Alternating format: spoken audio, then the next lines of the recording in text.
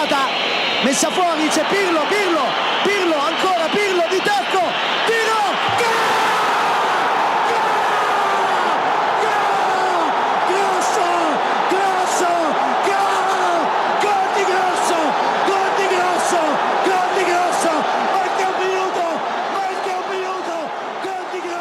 Hello and welcome to this week's AC Milan Talk podcast. I'm your host, Samit Paul, and as always, I'm joined by my good friend Jason Brand. JB, how you doing? I'm doing very good, mate. Very good. Good, man. Right, much to talk about tonight. We'll discuss the big talking points from the win over Craiova and the second leg. We argue why Riccardo Montolivo shouldn't play again this season. We debate if M'Baye Niang should get another chance. And we also look back at Marco Rossoneri and James Pallotta squaring off this past week. All that and a bit of Diego Costa chucked in for you. So, Jace, let's start with the win over Craiova. Obviously, Ricardo Rodriguez's goal, all that split the two teams. Bad drop in fitness in the second half from the boys, but, glad to come away with the win and the away goal and sets us up nicely for the second leg. Let's just look at the sort of key moments and the big talking points on an individual basis. We kind of spoke about it earlier in the summer when his contract situation was unfolding. And you pointed out, with regards to Gianluigi Donnarumma, that couple of big saves in big moments in a couple of games early on in the season, pounding the chest, give the badge a kiss, things will quickly be forgotten, we'll move forward and we'll all settle down and enjoy the fact that he's still a Milan player. He produced one of those big saves prior to the first goal. Talk to me a little bit about that. I mean, like we said, we were hoping to see that from him early on, kind of put everything in the past, and at a crucial time of the game, he came up with the goods.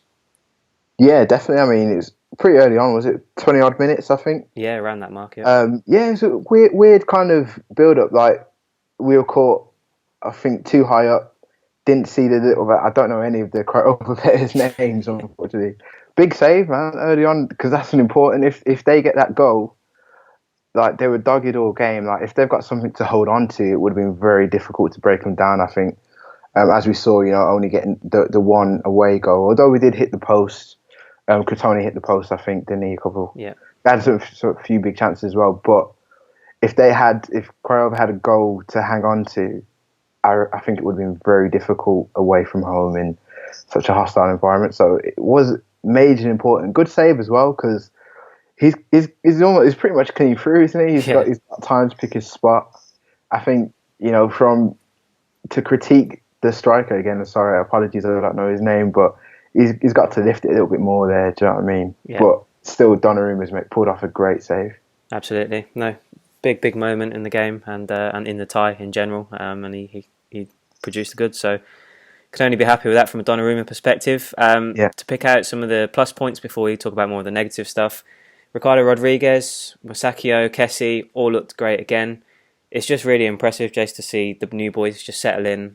All still lacking match fitness, as is the rest of the team, but early signs are really promising. They're all standing out already with their quality, not only defensively, also on the ball. Rodriguez obviously getting the goal, Musacchio looking good at the back, building play as well as being defensively solid, and Kessie just being an absolute tank in the middle, doing anything and everything. Impressed with those boys? Yeah, definitely. I mean, we talked about Rodriguez last week, and I said, Arsenal, did they make the right choice getting Kolasinac? But I think, for Milan, Rodriguez, I know we've only seen him in a couple of pre-season games, but we did point him out last week. And again, this last game against Craiova, he did look good. It's a good free kick. Obviously, we talked about his left foot and his delivery. And he's already, before the season's even begun properly, he's proven what that could be worth to Milan. So definitely looking forward to seeing more of him and more of the other boys. Like I mentioned, Kessie as well has just been solid throughout the pre-season. So just can't wait for the season to kick off and see what it's like in real competition. 100%. Could not agree more, Jace. Not long to go. So looking forward to the start of the new Serie A season. Let's talk about what I felt was the biggest talking point of the game, and it was a negative. Let's start off by just pointing out that this is nothing new with regards to Riccardo Montolivo. We know what he's capable of, what he's not capable of. This is, backdate this to last season, the season before. But especially with the new boys around him and, just seeing him struggle so badly, the thing that which kept running through my mind the whole game was just thank God we've signed Lucas Biglia. Yeah. Everything Montolivo did was negative. I mean, he's so basic with his passing. Everything is backwards. Everything is horizontal. When he does try and play it forward, loft the ball over the top, or try and play between the lines, he gives it away. More often than not, he was passing it back to Masakio, who was better and more effective on the ball than he was. It just come to a point now. Again, like I said, it's nothing new. But having seen him now with half of the new signings, he cannot be trusted with the keys to this midfield. For me, I think it's only going to lead to sort of frustration, more trouble from supporters giving him grief from the stands. Problematic for Milan and Montella as a whole, because if he can't build the play in the middle, then he can't link what's happening between the defence and the attack.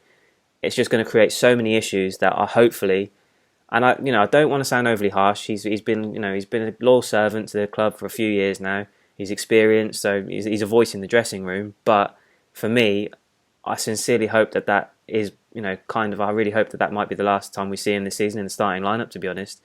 Do you echo those sentiments, or do you think I'm potentially being a little bit harsh there?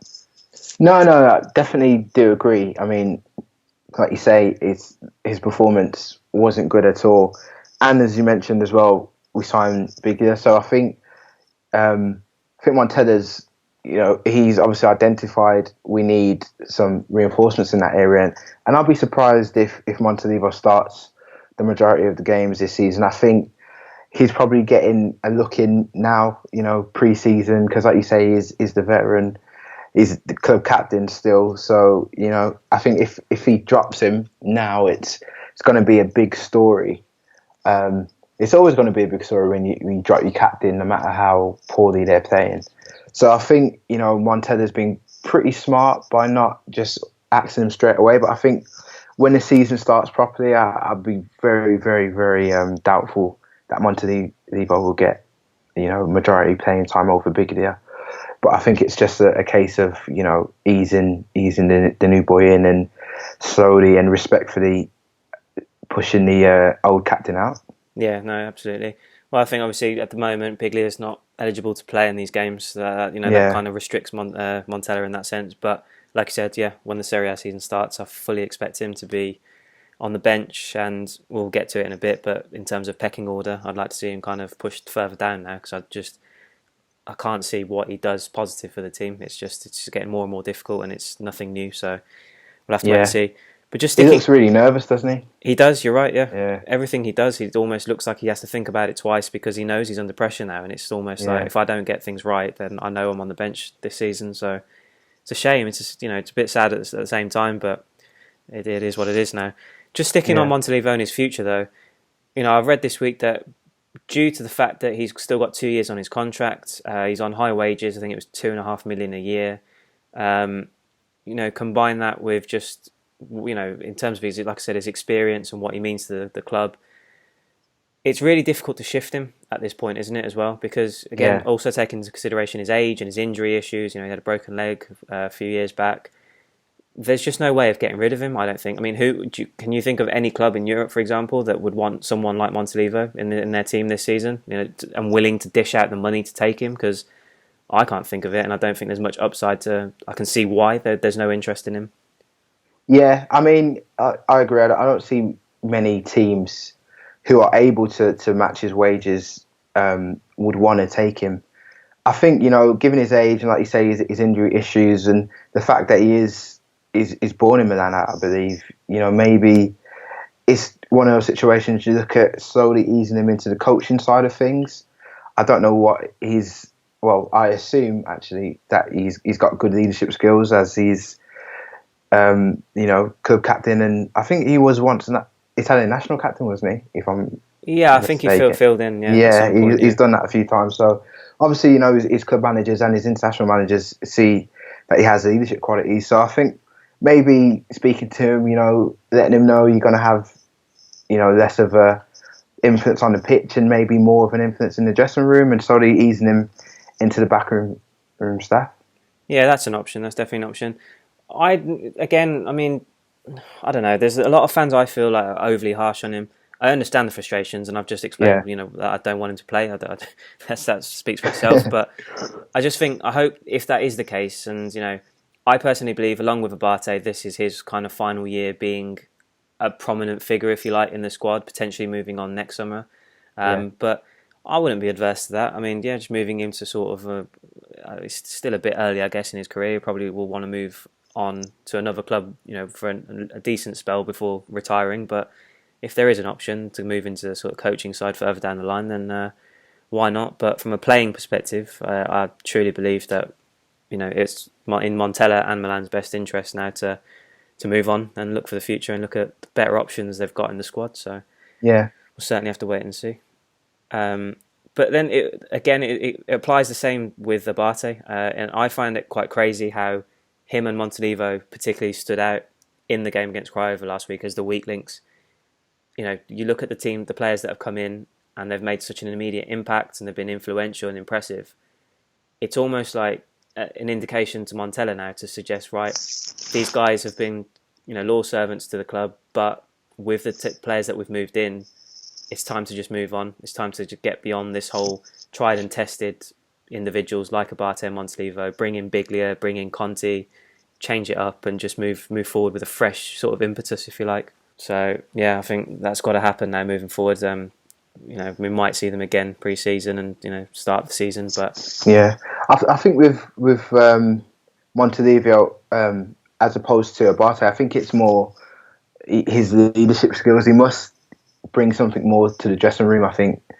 Because I agree with you. I think if he didn't have that about him, he would have been shifted out, a long time ago. If I can understand the wage has been an issue, but I think the way he's playing, he must bring something else to the team.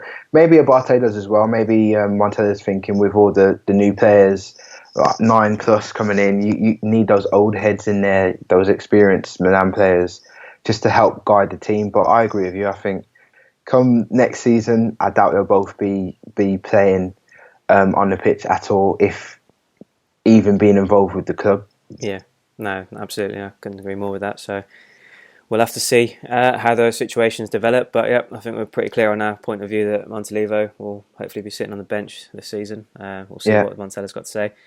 We'll get to Niang separately because that's another major talking point from the game and just pre-season in general. One thing that I was quite upset and disappointed about, Jace, was the reaction to Andre Silva. He didn't impress when he came on in pre-season at the in the China tour, the last game against Bayern, and he didn't really impress against Craiova either. He was kind of, I don't know whether he was trying to impress too much. He wasn't passing when he should have. He was taking ambitious shots on, and it wasn't an impressive performance. But I've got to be honest, I'm quite, when it comes to fan opinion, I'll listen to opinions and I'll take everything on board and have a conversation. But I think the people that are giving him criticism already need to pipe down. Definitely. You can't judge a kid on 20 minutes in a game in Romania, where he's been sitting on a boat for 2 weeks enjoying himself on holiday after the Confederations Cup. You ask him to come in and you want a hat-trick straight away? I don't quite understand what the expectation was there. So for you, it's very early doors. Talk that he'll start on Thursday, so see more of him then. But you can't be criticising him already, surely. No, I think it's very harsh on Silva, and I can understand why the fans are upset. 'Cause, you're excited, new striker. If striker's one of those positions you're always looking out to see what they do, and it's kind of easy to judge, isn't it? If they're not scoring goals, it's like we want more, and if they are, you're loving it. So a bit harsh on Silva, but I don't blame him. I'm gonna controversially maybe point the finger at Montella a little bit. Because, like you say, he was at the Confederations Cup, and just to compare to other players, Sanchez just came back to training like yesterday, and you're talking about Silva already featuring into competitive. Fairly competitive. This definitely was a competitive game, but the pre-season he appeared. I think he should be still resting. He should still be on the beach. He should have just be coming back, just trying to get his match fitness back. But to be thrown into these games, it's not going to do him any good. It's not doing the fans any good. Just heaping a lot more pressure on him. And I think, Montella should have managed this a little bit better, giving him a bit more time. Because, I think he's not getting much out of this time, the pre-season.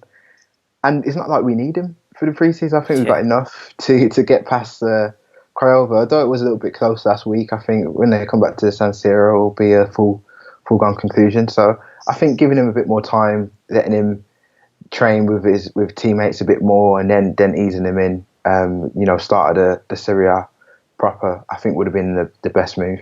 No, that's a fantastic point. That's not controversial for me. I didn't think of it from that angle. That's Yeah. a great point. And you're right. Combine that. You made the Sanchez point, but this is Silva with new teammates. So he's not even built up. Half of them have been in China for 2 weeks while he was at Milan, training and getting match fit, and he's only just joined up with them. So there's no chemistry. There's no sort of connection there yet, and you just chucked him on for 20 minutes to do what exactly? So that's a fair point. So again, so let's just move on to the second leg, because there's talk that he will start, and we'll go through the probable lineup. But just as a sort of side point, there's talk that 60,000 tickets have been sold already, Jace, for the San Siro. Obviously, that number will increase between now and Thursday. So that's brilliant to see for me. I think even just Definitely. for the game, what it is, and the excitement that's building, it's just brilliant to see the fans flocking back to the San Siro. So that'll be a positive sight for all the players as well, I'm sure, looking into the stand, seeing it's full. That'll be good. So let's talk about the lineup itself. Again, nothing confirmed. This is just the kind of lineup that's been put out there from various media outlets. Donnarumma in goal, Abate, Musacchio, Zapata and Rodriguez at the back, Kessie, Locatelli and Bonaventura in midfield, Suso, Andre Silva and Niang up front. Kind of most of it picks itself, so there's no point delving into the entire 11, but massive opportunity for me for Locatelli there. If that is the case, if he is going to replace Montolivo in the midfield, big chance for him to impress. Great to see Suso come back in as well. I think we'll need his creativity in breaking down Craiova. They'll obviously come set up shop and try and nick a goal, and Suso breaking them down will be key. And then, as we've just mentioned him, Andre Silva, I know I take your point on board, but I feel giving him a start, giving him a potential 90 minutes can only be beneficial to him and the team. I think to build that chemistry and kind of, get familiar with each other, this is the kind of point where to give him the start. Don't just chuck him on for the last 20. Give him a full game and see what he can do. So, do those three stick out for you? And are you looking forward to seeing them in action?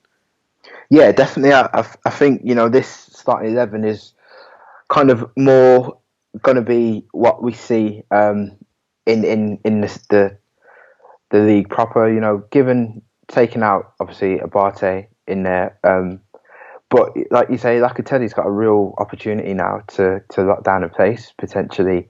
Again, I know we're going to talk about Niang separately, but again for him, this is an opportunity for him to maybe stake a claim in the squad. Possibly not the starting 11, but definitely if he shows the type of energy he's been showing during the pre-season, if that continues, then maybe he might stay and get the opportunity to show what he can do throughout the season. But I'd want to see, especially at the San Siro, in a game that actually means something, see how these players gel. And like you say, Silva getting these opportunity, the fact that he's had couple of weeks now training, he should be getting up to fitness, playing with the players who he should be playing with come the season proper. See what he can do at home. I think it's important for him, if he can get a goal in front of the home crowd, I would say 60,000 already sold. If he can get that done, get that kind of checked off the list, it will ease a lot of pressure going into the season proper. So it'll be interesting to see what happens. Silver hat-trick incoming, Jace. I can see him now in front of the Curvus who had given the old Badger tap. I can see it all happening. No, absolutely. That's fingers crossed. I want to see a win, of course, get through to the next round of qualifying, and obviously I'd like to see a performance on top of that. Would be lovely, but we shall see. Before we move on to Niang, just a quick update on Romagnoli. I think it's key because it's been a bit quiet, and a few have been worried about, where is he essentially, because he's not been involved in pre-season. That is due to the meniscus problem that was bothering him at the end of last season, and there was growing concern that obviously, considering he hasn't played, that what's the issue, because we were told that surgery wasn't needed, and it's dragged on all summer. But latest is that he's recovering well. He's expected to feature or at least be available in the first Serie A game against Crotone later this month.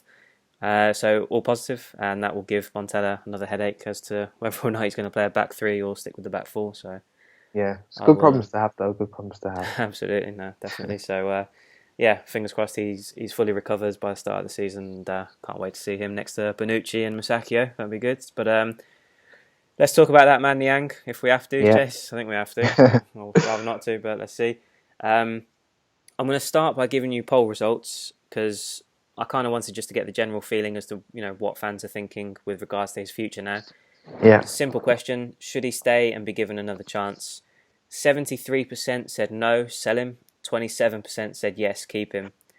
Ooh, it's a bit harsh, that. Well, is it? I'm quite happy. I love those results.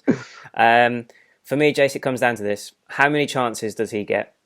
We've been talking about Niang on this podcast for a year, and looking further back, I think it's been 3, maybe 4 years since he first got his shot at Milan.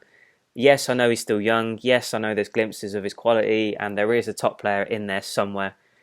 But for me, the chances have run out now. I've been frustrated with him for so long, and you can't tell me that by impressing in a game against Bayern in a pre-season game in China, doing okay against Craiova, I don't think he was anything special. There were moments that, yes, him on the break, he looked dangerous, and there were positive signs, but not enough for me to say, actually, do you know what? I think maybe give him another year. Let's see what he can do. I personally think the time has come now. Stop trying so hard to get the best out of him, sell him, move on, get some money, and buy someone that gives more assurances and quality to the team. Are you in agreement with me and 73% of those guys that voted, or do you still see something there that's worth tapping into and keeping hold of him for the time being? It's a difficult one, isn't it? Because, like you say, he does have glimpses, and that there's talent there. But again, it has been a while. He's had his opportunities. He had a loan spell last season at Watford. Didn't really impress that much, if at all, to be honest. And he is still young, but he's had enough time to prove himself, and he hasn't yet. I still kind of edge on the side of maybe keeping him this season, at least till January, to see if, seeing the new players come in, maybe, I think we mentioned it last week, he's probably looking around and thinking, okay, this is my time now. I really need to up my game, or that's me out, and I'm going to miss out on the opportunity of being part of this potentially great Milan team. So I don't know. I think having him on the bench as an option, given his pace, is always good. And you have to think about how much you're going to get for him. Maybe 15, 20 million. Are we in desperate need of it now, or could we keep hold of him? And especially with the European games, having that depth of squad may be important. So I think if he's not being causing disruption in the dressing room, I think it's worth giving him one last season. Yeah, I mean, I do. I hear the argument, but I don't know. I think my mind is made up. I don't think there's any chance of me changing it now. I think it's got to a point now where, this for me, Niang's the chances are done. But just tapping into more of the what is his issue, rather than what should we do with him or sell him or not. Is it more of a mental thing for him? Is it the maturity side of things that we're not seeing the best out of him on a consistent basis? Because, like you mentioned there, he's got the pace. You could say he's got the ability to find a good cross and find the back of the net, but we haven't seen it regularly enough, nowhere near enough. Does it come down to something mentally for him to kind of click and say, I'm a top player, I've got to produce more consistently and keep my composure in these key moments, and finally then we'll see the best Niang that there is? Or what do you put his problems and his issues down to? Yeah, I think from the outside looking in, I think it's confidence. With some players, it's their attitude, bad attitudes, and I can kind of compare Niang to like a Balotelli, who's very talented but had a really bad attitude, and you can see that. With Niang, you can't really see that his attitude's bad, so that would lead me to believe that he's maybe lacks confidence, or he's a guy that really needs a lot of encouragement from his manager, and maybe he's not getting that. No fault of Montella's, because players kind of need to get to the point where they can lift themselves up. Yeah. They can't constantly have their manager holding their hand. So if it's a case of confidence, maybe it is worth just giving him, like Montella, giving him that little bit extra attention. Making him feel like he is needed, like he does have the talent, and then seeing what he can produce. Because like we said, he's got the, we can see the abilities there, we can see like the pace is there. He just needs to unlock it constantly, and that's the issue. So I think that's why I'm inclined, because I think he's not arrogant. He doesn't seem arrogant. He seems more lacking in self confidence. Yeah, that's a fair point. The one thing I will say, yes, in terms of his attitude, I do believe that has been a key difference this summer, because prior to when he got shipped out to Watford on loan, there was one game, I can't remember who it was against, but you could literally see him not tracking back. You know, you could see he could see the defender making the run, but he just didn't. He couldn't be bothered to track back and defend. And that, I think that was the breaking point for Montella at that point. It was like, well, either grow up, go have a decent loan spell, come back a better player and a more mature player, or we're going to get rid of you. So I'm kind of inclined to think that maybe he has seen that difference in him in pre-season, and that's why we're now back to this question as to whether should Niang stay or go. Before, but 2 weeks ago, it was how much can we get for him? Not is he going to stay? So from that side of things, yes, I agree with you. I think his attitude maybe is saving him. He might be pushing hard in training. We don't know. And the games, the performances we've seen, he can't be faulted for kind of effort, if you like, if his quality is not always there. So, yeah, all right. Well, I'm not going to change my mind. I'm still with that 73% that says no, sell him. But you are swaying me, Jace. We'll have to wait and see how he. If he gets another crack on Thursday, we'll see how he gets on. But I think it all rests on whether or not we get another striker in. To be honest, yeah.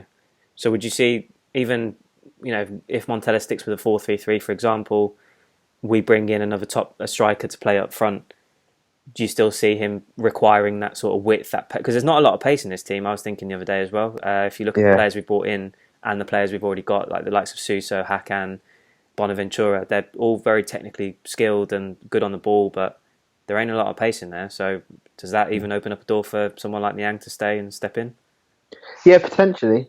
Your Silva's quite pacey, but yeah, if we get him again, that's another player with no pace. So it might be worth keeping Niang just for that alone, because in those tight games we talked about, last season, some of the games towards the end where Milan were kind of stumped by a team. Having that key to unlock defences and stretch the back line could be vital. Yep, no, fair enough. Well, yeah, like I said as well, it all depends on who comes in, and if we do get a replacement, and then maybe they will see some movement. But yeah, Kalinic, that's who I was thinking about. Kalinic, there you go. We'll see. It is worth having that base, especially in Europe. If we get to the later stages of competition, come against some of the English sides potentially. You're going to need that pace to unlock defences. Yep, absolutely. All good. We'll have to wait and see then. Decisions out of our hands and those that voted, so we'll see what happens in the next 4 weeks before the window closes. Moving on to the next topic was regarding Marco Fossone and Roma president James Pallotta. For those that missed it, where have you been? But I'll go through it very quickly because it was hilarious. Basically, Pallotta started it all off by going public, by questioning, what the hell is going on over at Milan, his words, because he didn't understand exactly how they were spending so much money and how it worked with financial fair play, particularly at a time where Roma are obviously very restricted. They're selling players and, they're trying to get within the regulations, and Milan are free spending. We've spoken about it before, Jace, in terms of how that is and why that is. Obviously, with Milan not involved in European competition, they're not subject to those rules yet. They will be as of this season moving forward. So, yes, they will have to start balancing those sheets and proving their revenue and all those things and making sure they stick within the UEFA guidelines. But it was just great. Well, for some maybe, I don't know, others may have cringed. But Fossone recorded a video on the official Milan Facebook page, basically responding and hitting back at what he perceived as threats from Pallotta over their sort of finances and all the rest of it around the whole situation. Basically just said that Pallotta, wasn't savvy to Milan's financial position. He was talking with regards to the finances of the spending and the balance sheets and how it all worked. He was shocked that another Serie A club attacked them like this in this way. And then to cap it all off, Pallotta eventually apologised in an official statement on the Roma site, and kind of he came out looking like, really badly, if you like, out of the whole thing, bringing it up and then being forced into an apology. Didn't look great for him. Fossone heralded again and praised by the supporters for being so transparent and kind of putting it to bed and just taking the control of the situation. How do you look at it? What side are you on of the fence in terms of, was that good from Rossoneri to address it so publicly and hit back and to be so transparent with the fans, or do you think it was kind of needless to get into a war of words, if you like, with a rival club and escalate it further? No, I think it was good to get involved, especially Pilata, the one who's starting it, publicly. He didn't need to do that, just come out and question Milan spending. It's really got nothing to do with him, to be honest. So Rossoneri was right, I think, to come out and just address it, like you say, honestly and transparently. And yeah, Pilata had to eat his words, didn't he? So yeah, it's good. Things like that, as a fan, you want to see that, don't you? You want to see club officials, you want to see, your chairman, manager, people like that come out and really show their passion and represent for your team. And that's what he's done there. He's come out, he's defended his club as he should, and he's won the battle, which makes it even sweeter. And it's going to put an extra little edge on Milan Roma, isn't it? The football game, I think. Yeah. Stuff like that. You always kind of, as a fan, you kind of think, okay, Roma are real rivals now.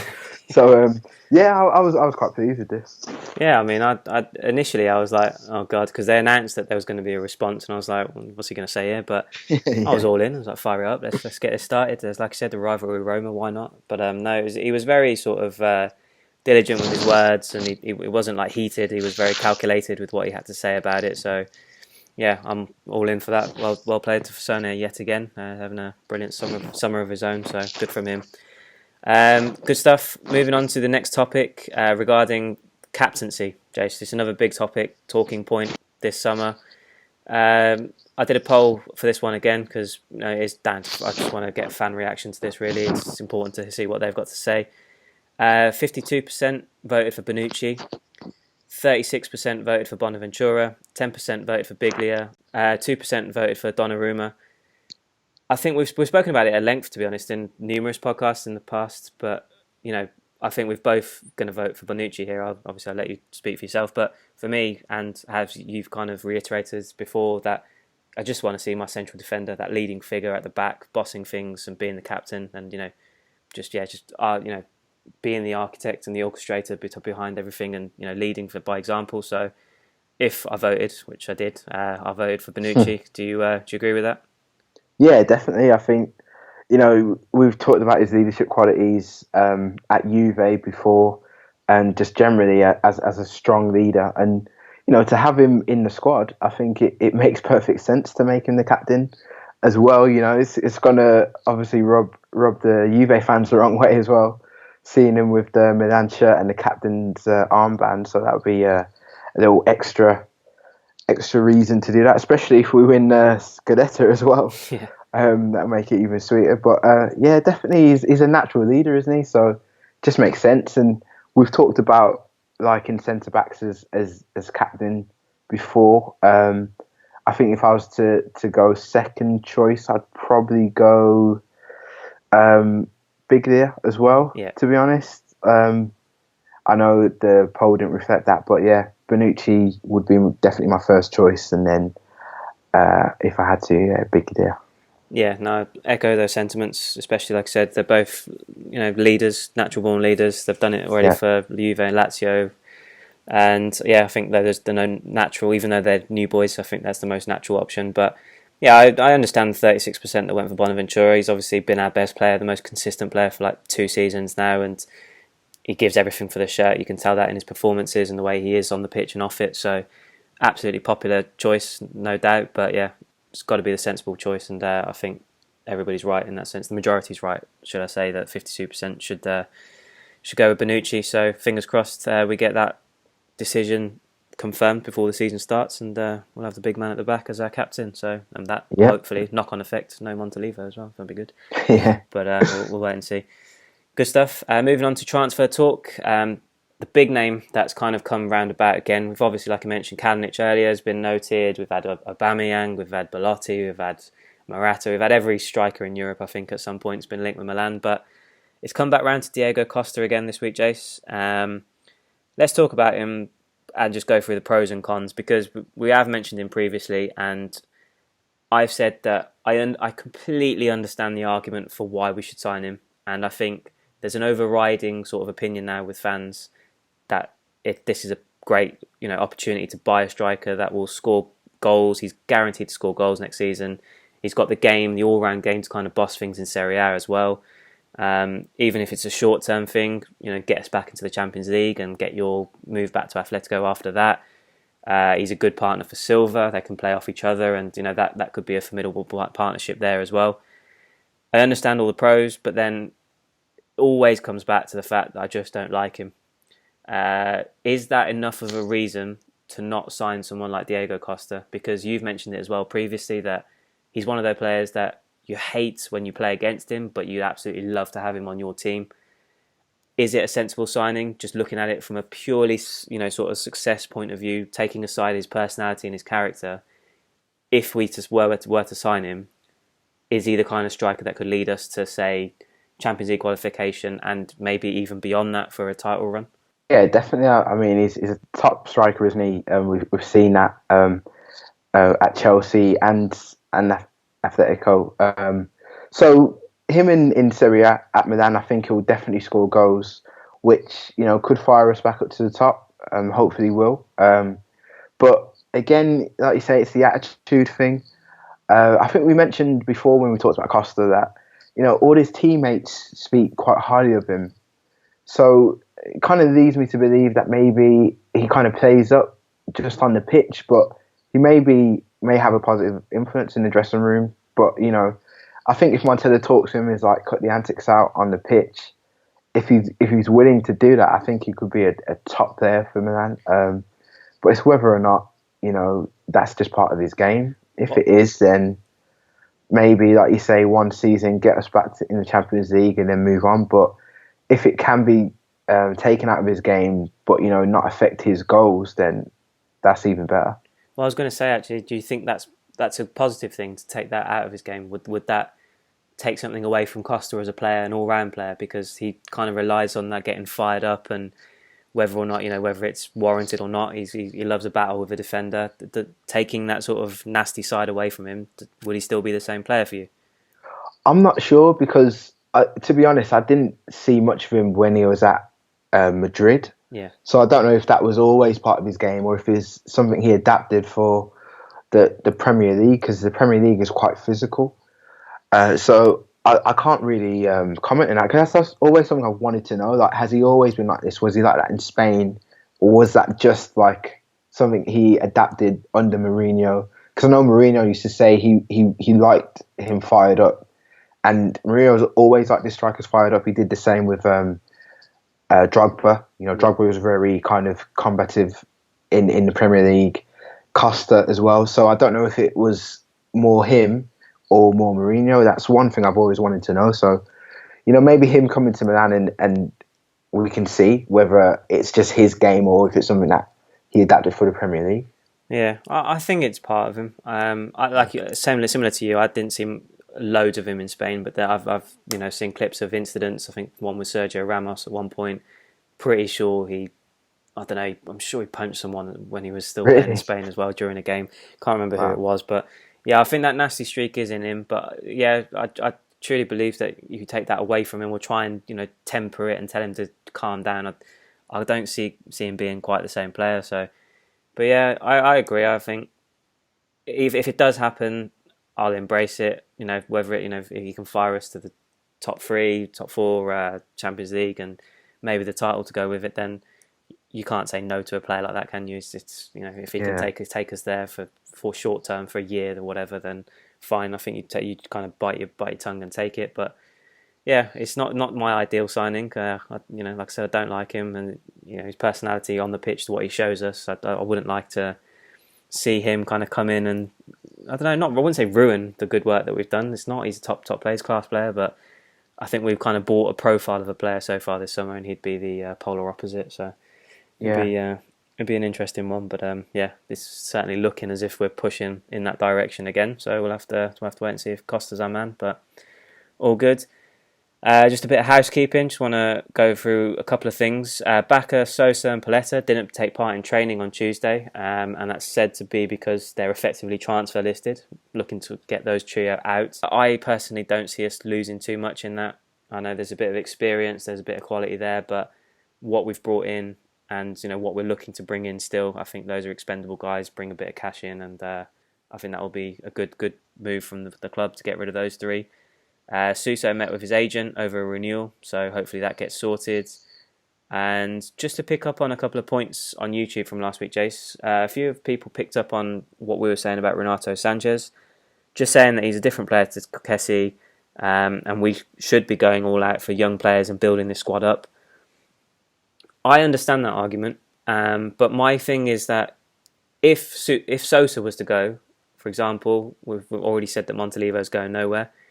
If Sosa goes, then I'd welcome a Renato Sanchez being brought into the equation. I just feel, I understand again the point that yes, he's a quality young player and the more the merrier. Let's bring these guys in, build a formidable squad and compete on various fronts. But do you feel and agree with me that maybe some people are starting to write Locatelli off too quickly and saying that now we've got money, let's just go out and buy people like Sanchez or loan him and build this brand new squad and forget about what players did last season? Or do you think that when you've got an opportunity to bring in top quality players like these guys, it doesn't matter, you've got to just take the opportunity? Yeah, I think people are kind of dismissing Locatelli too easily, and I can understand the argument. But is Sanchez a top young player? I think we talked about it last week. He did impress during the European Championships, but since then, his time at Bayern Munich has been pretty average.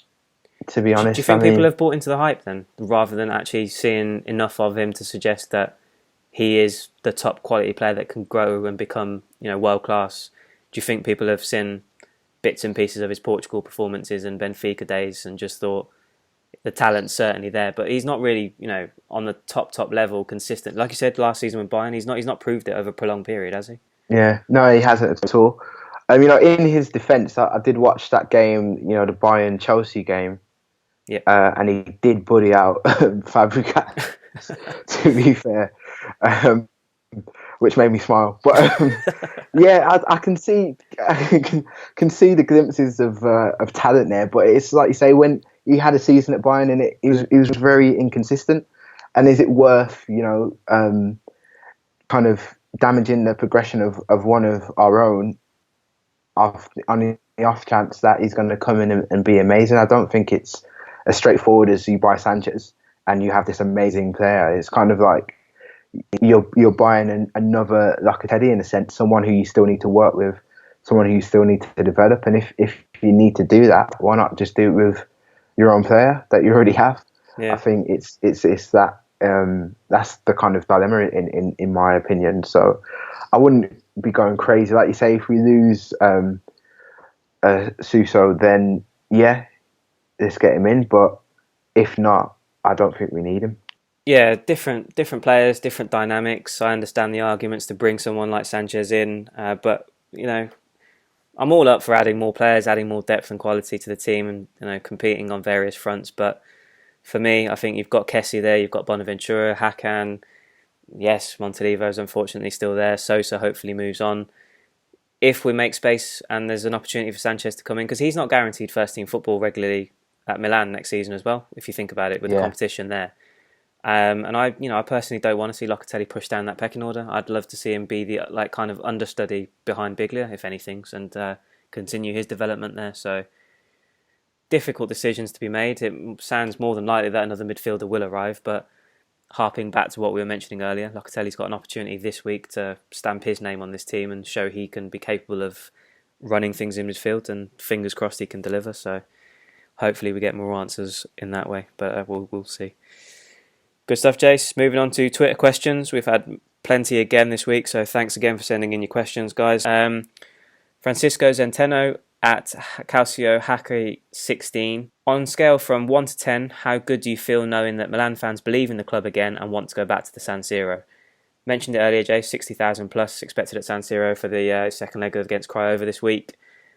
Without sounding too soppy, I think it's truly heartwarming, to be honest, to see the talk of that many people going to such a game. I think it's what it's all about, essentially. Aside from winning trophies, obviously, and being successful, seeing fans go back in their numbers to the stadium, get behind the team, buy into the project, and create that positive atmosphere. Hopefully, I can't be more chuffed with it, to be honest. So for me, I'll give it a 10 out of 10. Yeah, I agree. I mean, San Siro is one of those famous stadiums, isn't it? And AC Milan, famous teams. So to see them back or on their way back to the top, and the fans, believing in them again, and kind of reminiscing back to. Hopefully, we get to see those scenes, those famous San Siro scenes again. So I agree, 10. Hopefully, Thursday's game is the start of that, and we start to see the stadium become full on a regular basis, which wasn't happening last season. Definitely not. Giving it 11 out of 10, Jace, when Andre Silva scores against Arsenal in the Europa League quarterfinals. We'll see. Next question's from Carlo Fassi, and you can find him at Fassi Carlo on Twitter. New listener. So firstly, thanks for listening in. Great to have you on board. Great work, guys. Tell me what you think about dealing without a new striker until January. Do Bacca, Niang, Cutrone keep us in the top 4? For me, Jace, I'd probably think we could still stick around the top 4 race with those guys, given the quality around them and kind of creativity to feed them and give them the opportunities. The only thing I would say for that period of time, as we've seen from the likes of Niang and Bacca previously, the inconsistency will cost us at several points, I think. And for me, up until January, I think it could prove to be costly and it won't be enough. So great to kind of see Cutrone take his chance and prove that he can play a role. But I think we've got to strike now rather than wait till January for a striker. Less popular choices, obviously, with Kalinic, but like we said, with Diego Costa now coming to the fore, if we can get him, bring him in, because I personally can't see us flourishing and getting the best out of this team without someone like that, and putting our hopes on someone like Bacca or Niang at the top. So agree with that, or do you think we can maybe do until January with what we've got and then think about it? I think with Europe, I don't think we can just have Bacca, Niang, Cutrone, and obviously Silva as our attacking force. I think given the fact that we want to be challenging for Europe as well as the league, we're going to definitely need a more consistent striker, someone who consistently create chances and convert chances, not just week in, week out, but twice weekly. Yeah, that's the thing.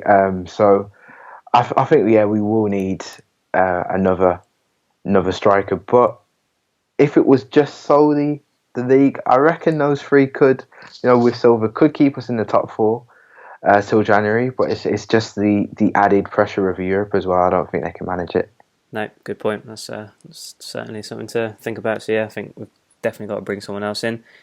Second part of the question from Carlo was, what do you think about possibly signing Ibra? He's out until October, and his shenanigans, in his opinion, wouldn't help build locker room stability. I think it's gone on record numerous occasions. I love the man. He's an absolute legend for me. But I think Carlo makes a good point with regards to his injury in particular. Question marks over how he's going to recover from that and come back from that. It's a serious knee injury that he sustained. I personally think he'd be a good person to have around the squad with that kind of ruthless winning mentality. But for me, I don't think he should be the priority anymore. I think we're looking elsewhere, and rightly so. I love him, Jace, but no Ibra for me, I don't think now at this point. You? Yeah, I don't think you can add much to the squad. He fired Man United all the way to 6 last year. We want to do way better than that. So, always be a club legend, but I think his days at Milan are well and truly over. Certainly think so. Stefano Giacomara at Fanonono on Twitter. Should Cutrone start over Silva? And the second part of that question would be, if Milan play with a back 4, fearful for Romagnoli, might want to leave if Bonucci and Musacchio start. With regards to Cutrone over Silva, I don't think so. Like I said earlier, I'm delighted to see Cutrone take his opportunity and prove that he can play a role for Montella this season. But for me, Silva should start on Thursday, and he should be first choice moving forward. Obviously, form will be a massive factor in that. If he doesn't produce, if he doesn't score goals, then yes, take him out, give Cutrone a go. But I think with the money spent and, with the expectations around Silva, you've got to start him, got to go with him, put the faith in him, start the season and see. It's good to know that Cotrone's there chomping at the bit to kind of get in. Would you agree with that, Jace, before we move on to the second point? Silva over Cotrone? Yeah, definitely. I mean, like you say, he's the new striker. He kind of by default needs to get his chance, just because we paid not a lot of money, but we brought him in as one of the marquee signings, and it'll be a bit odd to just bench him, wouldn't it? So Cotrone has done really well, and he'll be there waiting in the wings, like you say, if Silva doesn't perform. But I think Silva deserves his opportunity to show what he can do before being benched. Certainly. Well, just if Stefano does mean on Thursday, then apologies. I still the answer doesn't change for me if it is Thursday or just generally the season. I think Silva should start in both instances. So yeah, if we'll see what we go with on Thursday. And then with regards to the kind of Romagnoli point, it's a defensive headache for me, Jace, and I don't think it's necessarily a welcome one either, because if Montella doesn't go with the back three, which many do expect him to go with, then someone's missing out, and it's not going to be Bonucci. So it's going to have to be either Romagnoli or Musacchio. Is there a fear that maybe Romagnoli's the one that gets pushed out, or do you see it being a Romagnoli-Bonucci in the centre of the back four? Or, given the form that he's shown, Musacchio has impressed everyone, I believe, with his performances so far. Would he be the one to drop to the bench for you, or where does your fear lie with that situation? I think we mentioned Romagnoli's coming back from a slight injury, so I think he's gonna have to be content with the bench to begin with. But having the opportunity, being a young Italian defender, having the opportunity to play next to Bonucci should want to motivate him, to get back into that starting lineup. Yeah. So it should be a great problem for Montella, to be honest. Having competing for the opportunity to play next to one of the Italian greats in Bonucci. So it could, in the long term, I think, have negative effects if one is clearly favoured over the other. They may want to look to get regular football somewhere else. But definitely this season it should be interesting and positive competition for both of them. Definitely. Well, I think we mentioned last week when we were talking formations that someone's going to be upset, whether it's a defender at the back, if it's a back three, someone in midfield is going to be dropped and there's going to be issues there. But I think everybody's just got to get on board, embrace the whole challenge and know that there will be opportunities with the Europa League as well in mind, that everyone's going to have a role to play and you've just got to be committed and get involved. So good headache to have for Montella in that sense. But yeah, I think the defence is going to be an issue for him that he has to figure out, but we'll see. Moz at Mr. GL asks, who do you think will be Milan's biggest challenger for the top four spot, or do you believe we'll finish higher? Right now, Jace, if I had to hazard a guess, I would say we're going to finish third this season. I'll put Juve and Napoli above us because I think they're still settled and Juve's still the team to beat. So I don't think we can upset them just yet. Then I believe it's between Milan, Roma, Inter and Lazio. I personally think Roma are going to drop off with the sales that they've seen this summer. And I've got a horrible feeling, and I don't like to say it, but I think Inter might be an issue.